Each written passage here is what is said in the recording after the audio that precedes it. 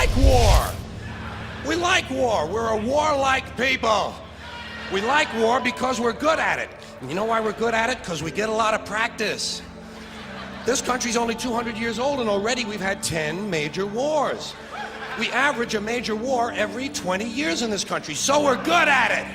And it's a good thing we are. We're not very good at anything else anymore. Huh? Can't build a decent car, can't make a TV set or a VCR worth the fuck.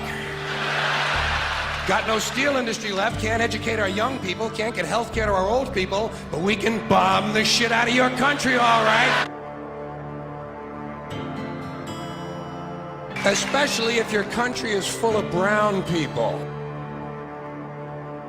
That's our new job in the world, bombing brown people. Iraq, Panama, Grenada, Libya, you got some brown people in your country, tell them to watch the fuck out, or we'll goddamn bomb them.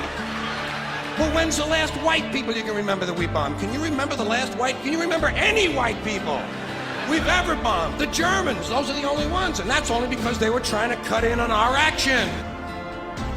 They wanted to dominate the world. Bullshit, that's our fucking job!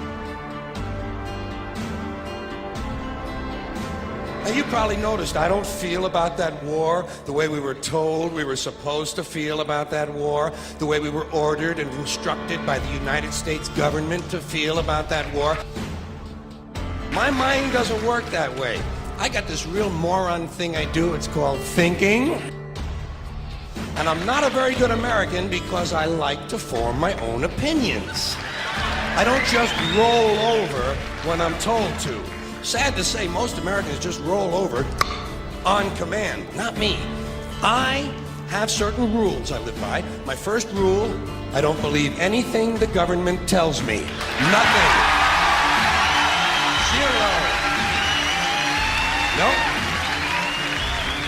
And I don't take very seriously the media or the press in this country, who in the case of the Persian Gulf War were nothing more than unpaid employees of the Department of Defense, and who most of the time function as kind of an unofficial public relations agency for the United States government.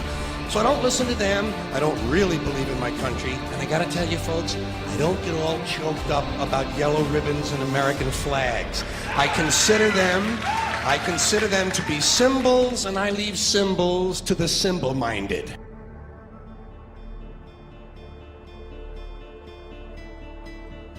I'm talking about the fact that a war is rich old men protecting their property by sending middle-class and lower-class young men off to die. Forget these foolish elections. The owners of this country don't care about the poor in general. The owners of this country? What are we going? Is this Karl Marx talking to me? The owners of this country are the voters of this country. You're wrong about that, my friend. Aren't the owners of this country the voters in this country who elected George Bush? No, they're not. Listen, politics, these elections are a charade. It is a charade. Oh, okay. They are meant to, well, I'll tell you, just listen for a minute. Learn a little something. The elections and politicians are in place in order to give Americans the illusion that they have freedom of choice. You don't really have choice in this country.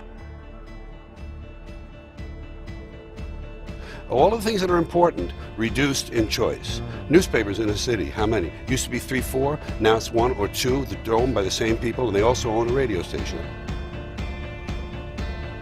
Give these people a voting day every year so that they'll have the illusion of meaningless choice.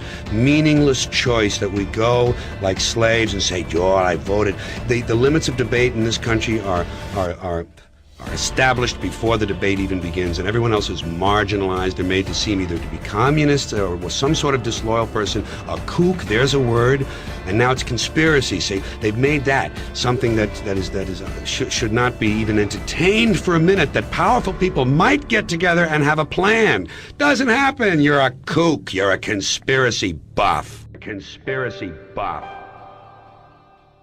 Okay. Not as a result of a conspiracy, but you because... don't need a formal conspiracy Right. when interests converge. These people went to the same universities and fraternities. They're on the same boards of directors. They're on the same country clubs. They have like interests. They don't need to call a meeting. They know what's good for them, and they're getting it. And there used to be 7 oil companies. There are now 3. It will soon be 2. The things that matter in this country have been reduced in choice. There are 2 political parties. There are a handful of insurance companies. There are about 6 or 7 information things. But if you want a bagel, there are 23 flavors because you have the illusion. You have the illusion of choice. Right. You don't get the real important choice. There's no freedom of choice. That's a great point.